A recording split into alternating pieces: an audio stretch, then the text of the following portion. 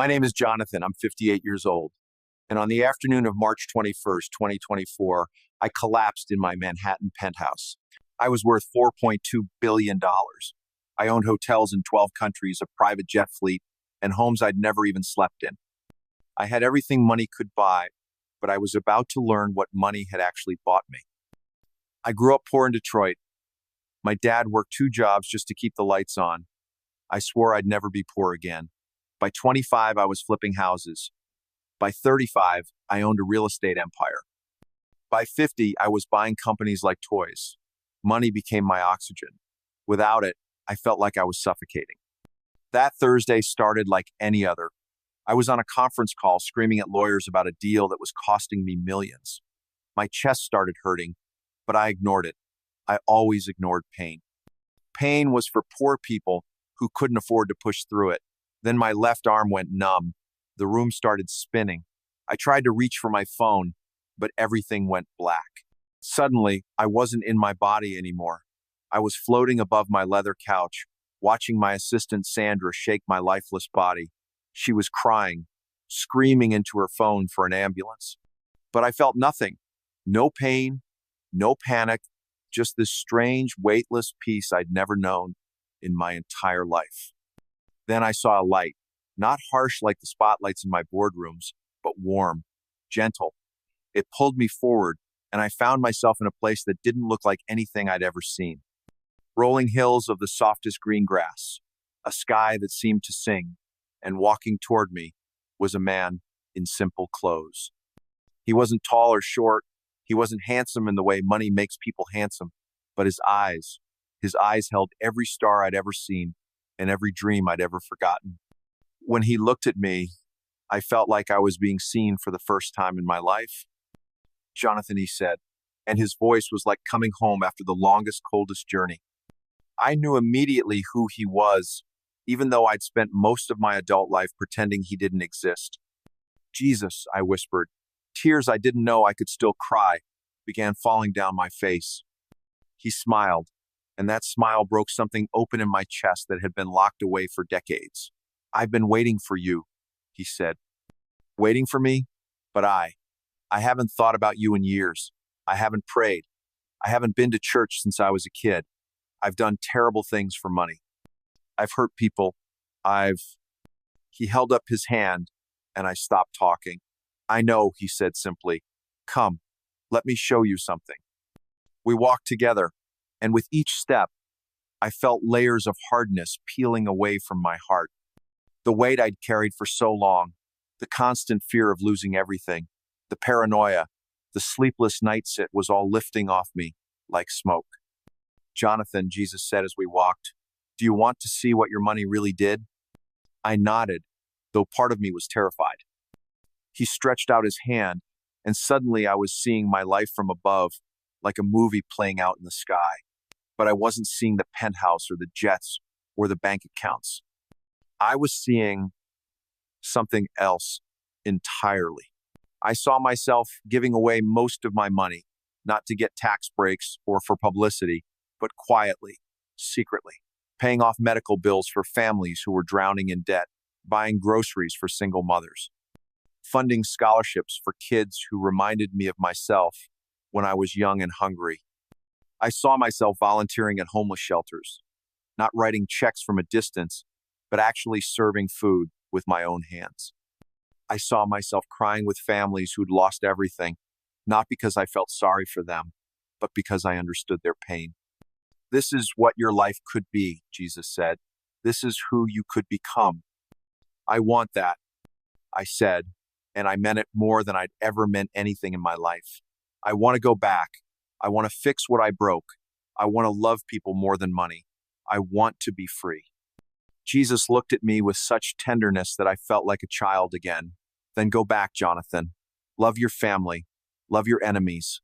Give your money away and watch how rich you become. Serve others and discover what true power looks like. But what if I fail? What if I fall back into the same patterns? What if the money calls to me again? Then call to me, he said simply. I'll be there. I've always been there, waiting for you to remember that you were never meant to carry this burden alone.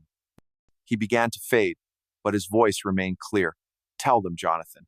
Tell them that money is a tool, not a master. Tell them that the richest person is the one who has learned to love without counting the cost. Tell them that true treasure is stored in heaven, where no thief can steal it and no bank can hold it. I felt myself being pulled back, and I didn't want to go. The peace in that place was unlike anything I'd ever experienced, but I knew I had work to do. I had love to give. I had chains to break, not just my own, but the chains around the hearts of others who were trapped the way I'd been trapped. I woke up in Mount Sinai Hospital with a tube down my throat and machines beeping all around me. A doctor was leaning over me, shaking his head. Mr. Vale, you were clinically dead for 23 minutes. We don't understand how you're here, let alone how you're neurologically intact. But I knew exactly why I was there. The first thing I did when I got out of the hospital was call my son. He was shocked to hear from me. Dad, are you okay? I heard you were in the hospital. David, I said, my voice breaking, I love you. I love you more than any deal, any dollar, any building I've ever owned. And I'm sorry. I'm so sorry for choosing money over you. Will you have breakfast with me tomorrow? Just breakfast. No phones, no business talk. Just me and you. There was silence on the other end. Then I heard him crying. I've been waiting my whole life for you to say that, Dad. I called Emma next. She was suspicious at first. She thought I was going to lecture her about money or try to control her recovery. But when I told her I was proud of her for getting clean, when I told her I loved her not for what she could accomplish but for who she was, she broke down and cried. Then I called Rebecca, the woman I'd married 32 years ago, the woman whose heart I'd slowly broken with my obsession with wealth. Rebecca, I know you filed for divorce. I know I gave you every reason to, but I need you to know something. I died and I met Jesus, and he showed me what I'd become. I want to be the man you fell in love with again. I want to put you first. I want to put our family first. I want to be free. She was quiet for a long time. Then she said, Jonathan, you've said things like this before, after bad business deals, or when you wanted something from me. How do I know this is different? Because I'm giving it all away, I said. The money, the houses, the jets, almost all of it. I'm keeping enough for us to live simply and comfortably, but the rest, it's going to people who need it more than we do. She gasped. Jonathan, that's $4 billion. It's 4 billion chains, I said, and I'm finally free. Over the next year, I did exactly what I'd promised. I sold everything. I gave away 95% of my wealth to families in need, to homeless shelters, to programs that help people escape poverty. I kept enough to buy a modest house in a quiet neighborhood where kids played in the street and neighbors knew each other's names. David and I have breakfast every Saturday now. We talk about books and music and his dreams of becoming a teacher. Emma celebrated 1 year of sobriety last month, and I was there, holding her hand as she got her chip. Rebecca and I are taking it slow, but she's moved back in. Last night, we sat on our front porch, no marble columns, no infinity pool, just a simple wooden portion. She told me I looked younger. You look like the man I married, she said, the one who dreamed of changing the world, not owning it. I volunteer at a food bank 3 days a week now. I wear old clothes and serve meals to people who used to intimidate me when I saw them on the street. But now I see them as Jesus sees them, as beloved children who've hit hard times. Some of them recognize me from the news, but most don't care. They just want someone to treat them with dignity, and I'm learning what an honor that is. The strangest thing is, I've never felt richer. When I owned billions, I was always afraid of losing it. Now that I've given it away, I feel like I have everything I need. My son hugs me when he sees me. My daughter calls me just to talk. My wife smiles at me again. I sleep peacefully at night because I'm not worried about stock prices or hostile takeovers. I know some people think I've lost my mind. I know some people think I've had a breakdown, but I've never been more sure of anything in my life. I met Jesus, and he showed me that money isn't evil, but the love of money will steal your soul $1 at a time.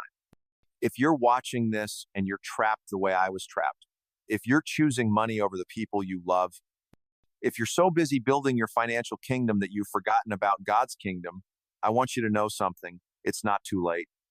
You don't have to die and come back to change your life. You can start right now. Call someone you love. Tell them they matter more than your bank account. Give away some money, not for a tax write-off, but because it feels good to help people. Look at yourself in the mirror and ask the question I should have asked years ago. Am I loving people and using money, or am I loving money and using people?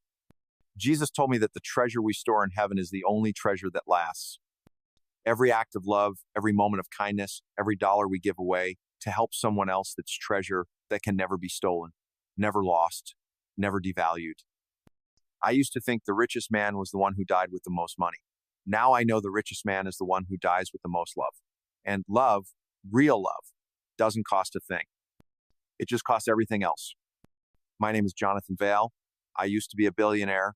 Now I'm just a man who learned that the most expensive thing you can buy with money is your own soul. And the best investment you can ever make is giving it back.